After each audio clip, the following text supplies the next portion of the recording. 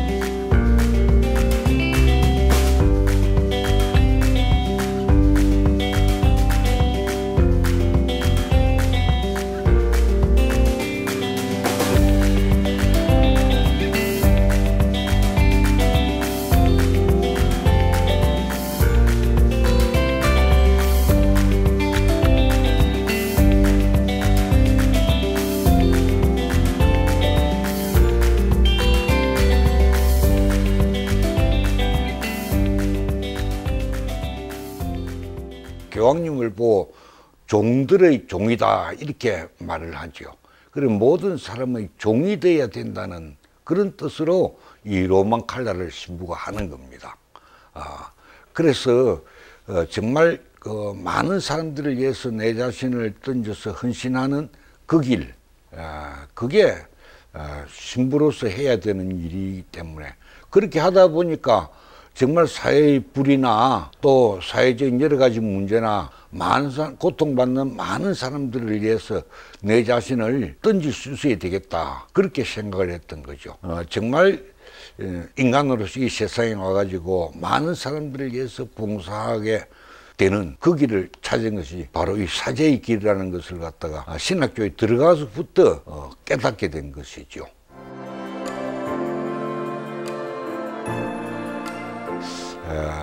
우리가 정의구현 그 사제단 1세대입니다. 이 교회 역사적인 그 사실하고 상당히 밀접되어 있습니다. 한국 교회가 100년 동안 그야말로 참절처절한 박해를 받았죠. 서양 선교사들이 당시에 볼 때 이제 일본 제국이 밀고 들어오고 조선을 지배하게 된다는 것을 본 겁니다. 그리고 일제 36년 동안 천주교회는 거의 친일 운동을 했던 거죠. 그런데 예상외로 느닷없이 해방이 됐단 말입니다. 자, 거기에 천주교회도 사회운동에 함께 뛰어들어가니까 면목이 없는 겁니다. 1950년대 중반에부터는 신부들을 기를 때 철저하게 정말 이 국가와 민족을 위해서 교회가 기여하지 않고 사회에 무관심한다면 이거는 교회가 아니다 하는 것을 깨닫게 되고 그때부터 신부들을 갖다 기르기 시작을 했습니다. 1960년대 중반에 와가지고 정의구현 1세대인 함생훈 신부님이라든지 장덕필 신부님이라든지 김승훈 신부님이라든지 뭐 우리 지역에는 이제 여영석 신부님, 송기인 신부님, 뭐 전주에 뭐 문신부님 이런 분들이었죠. 그 정의구현 사제단에서 그 막내로서 활동을 하게 된 겁니다. 예, 그 오은춘 사건은 그해 굉장히 큰 이슈였습니다. 그 안동에서 활동하던 가톨릭 농민의 활동을 하던 오은춘 씨가 안동 지회장으로 있으면서 당시에 감자 씨를 줬는데 이게 아마 불량품이었던 모양이죠. 그것을 갖다가 항의를 하니까 당시에 중앙정보부 그 요원들이 오은춘 씨를 막 납치 비슷하게 이래가지고 울릉도로 데려갔어요. 이거를 갖다 이제 안동교구 사제단에서는 이제 이거를 문제 삼아가지고 완전히 이거는 빨갱이다. 그러면서 이제 뭐 도집사람 선교회나 지호제 이야기를 하면서 그 불량한 그 동네 그 단체의 그 선동이다. 이렇게 이제 말을 했던 것이죠. 정부의 행사들이 와가지고 자꾸 안보 보고되는데 가자고 그래요. 반강제로 막 끌려가다시피 갔죠. 가니까 보니까 당시에 막 시골 중대장까지 7, 80명이 군청 이 강당에 모여가지고 있었고, 이 오원춘 사건에 대한 이야기를 하고 있었습니다. 군에서 말하는 그 정보과장이 그 말하는 그거하고는 너무 많이 틀렸습니다.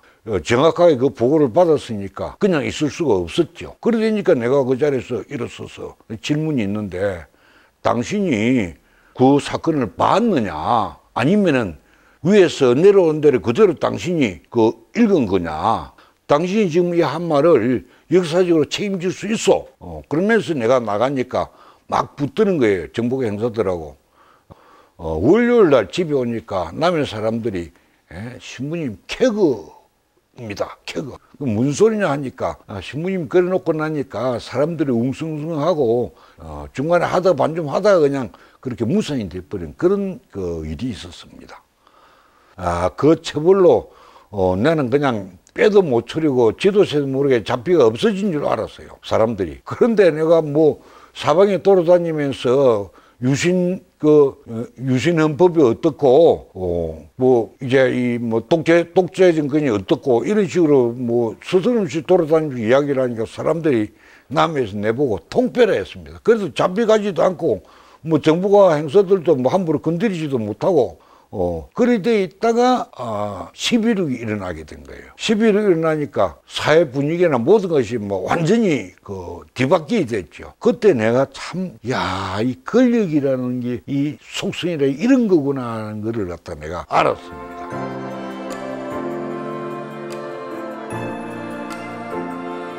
부망제에 대한 회의나 유인물 제작이나 이런 거를 상남성당 사제관에서 김용배 신부님 방에서 사진 회의를 하고 작전을 짰던 겁니다. 그러더니 김용배 신부님은 자기가 학생들을 소요일하면 학생들이 다칠 거니까 자기가 전면에 나서면 그 전모가 드러나게 되기 때문에 자기는 전면에 못 나서고 이제 지호세 지도 신부를 했던 넬로 갔다가 나가서 너 지호세 회원들 또 혹시 다칠지 모르니까 가서 찾아보고, 그 다음 우리 대학생연합회 학생들도 찾아봐라. 마산 3.15 이거탑 앞에서 저녁 6시에 집회를 하기로 계획이 되어 있었습니다.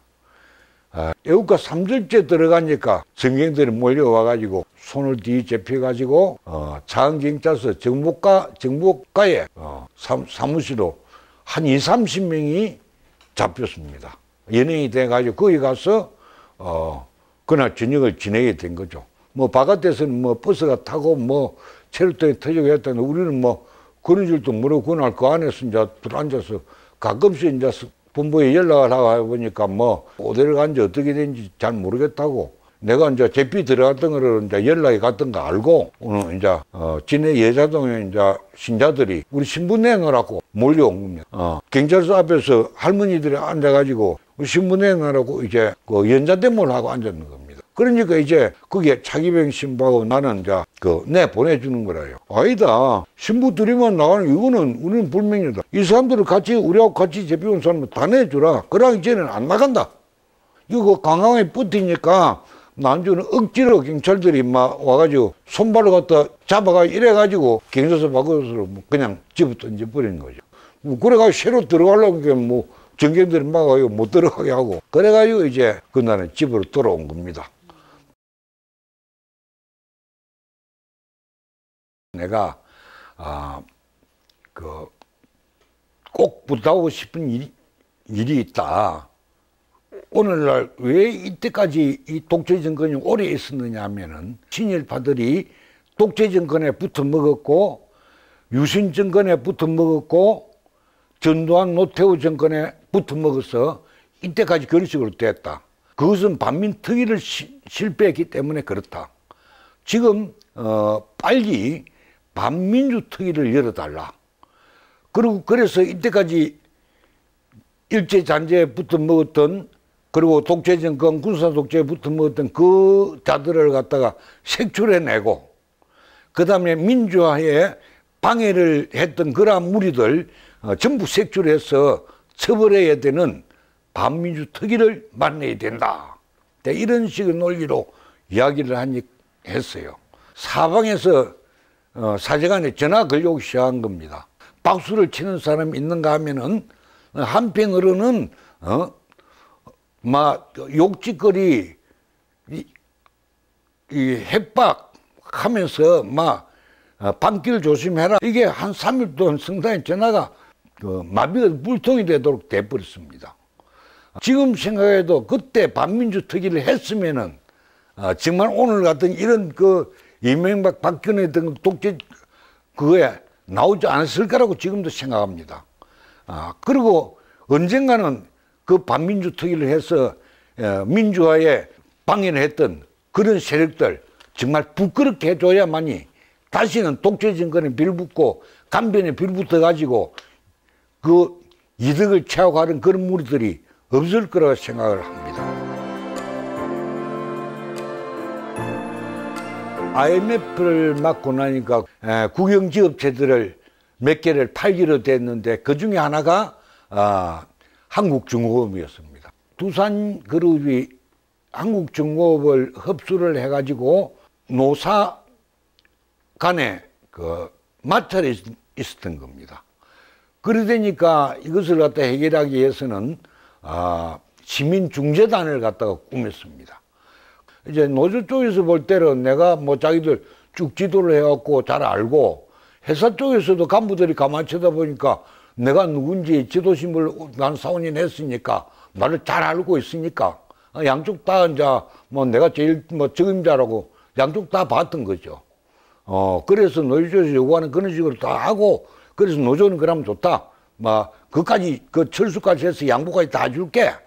이래가지고 이제 협상이 성공이 된 겁니다. 두산중공업 쪽에서는 하나도 안 지켜본 겁니다. 이제 회사에서는 이렇게 손해갔으니까 손해배상을 물리게 되는 거죠. 노조를 계속 괴롭히니까 거기서 이제 반발하고 놓은 사람이 이제 배달의 열사인 겁니다. 정말 자기 자신이 분신을 해버린 거죠. 이제 그 사건이 그릇이 터지고 그 사건은 아직까지도 제대로 해결 안 되고 규명이 되지 않고 있는 이런 그 사건이 됐습니다.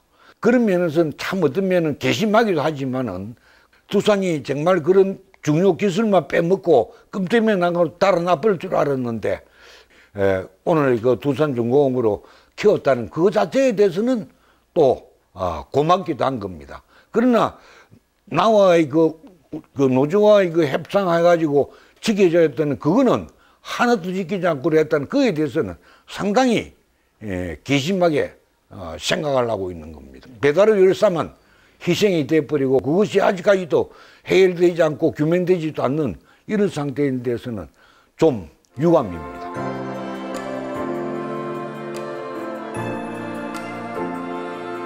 인간적인 면에서나 논리적인 면에서 이 사제 생활이 가능하냐고 할 때 이 절대 불가능한 거라고 봅니다. 69년에 졸업을 하면서 86명이 들어갔는데 36명이 졸업을 했고 신학대학에는 23명이 가가지고 11년 후에 신부가 돼 놓은 사람들은 7명이었습니다. 그 정도로 어려운 길입니다. 정말 신부는 많은 사람들을 위해서 봉사하고 헌신하기 위한 사람입니다. 그래서 봉사자라는 것이고 그 때문에 로만 칼라를 하는 겁니다. 정말 이 세상에 억울하고 소외되고 불쌍한 사람들을 찾아 나서는 것, 그들의 편이 되어주고 그들과 함께 하는 것, 그것이 신부로서의 소명이기 때문에 그렇게 살아가는 것이고 앞으로 내가 죽을 때까지도 그 생각에는 변함이 없는 것입니다. 지금 저 후배들한테 말하고 싶은 게 있습니다. 안중근 이사가 계리 사이 개니 원명, 이익을 보거든 옳음, 의를 생각하고 그다음 겐위 원명, 위험을 보거든 목숨을 주라. 그게 사실 예언자의 길이 바로 그겁니다. 아무리 작은 것에 못하더라도 옳음을 먼저 생각할 줄 알아야 되고, 위험이 있을 때 언제든지 내 몸을 던질 수 있는 사람. 그게 바로 사제의 길입니다. 더 큰 차원의 사랑 실천에 더욱 굳세어지는 것. 정말 국가와 민족을 위해서 세상과 우주 전체에 더 넓은 사랑으로 나아갈 줄 알아야 된다. 그 때문에 내가 언제 어디서 몸을 던지든지 간에 걸거짐이 없이 살아야 된다는 거. 그것 때문에 신부한테 독신 생활이 요구되는 것입니다. 이런 조건인데도 살이 사욕에 빠져가지고 소탐대시라는 우를 범하는 우리 후배들이 없기를 후배 사제들한테 간곡히 부탁을 드립니다.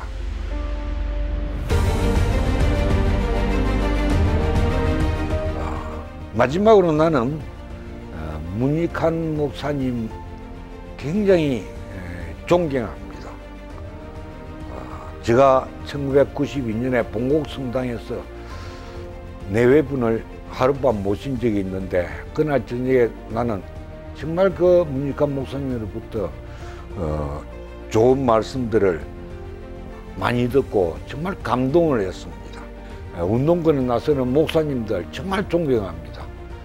이때까지 민주화 투쟁을 위해서 이렇게 살아왔는데, 민주화라는 것은 완성되는 것이 아닙니다. 이 세상이 끝날까지 우리 인간이 바라는 그 최고의 사회를 향해서 끊임없이 나아가는 과정인 것입니다. 그래서 민주화라는 것은 쟁취하는 데 의미가 있다고 김명기 신부가 말했듯이, 민주화는 앞으로 어떠한 세력과도 싸워 이겨서 진정으로 모든 이가 바라는 그러한 사회를 이루어 나가는 하나의 인간 삶의 과정에 불과한 것이라고 그렇게 정의하면 되겠습니다.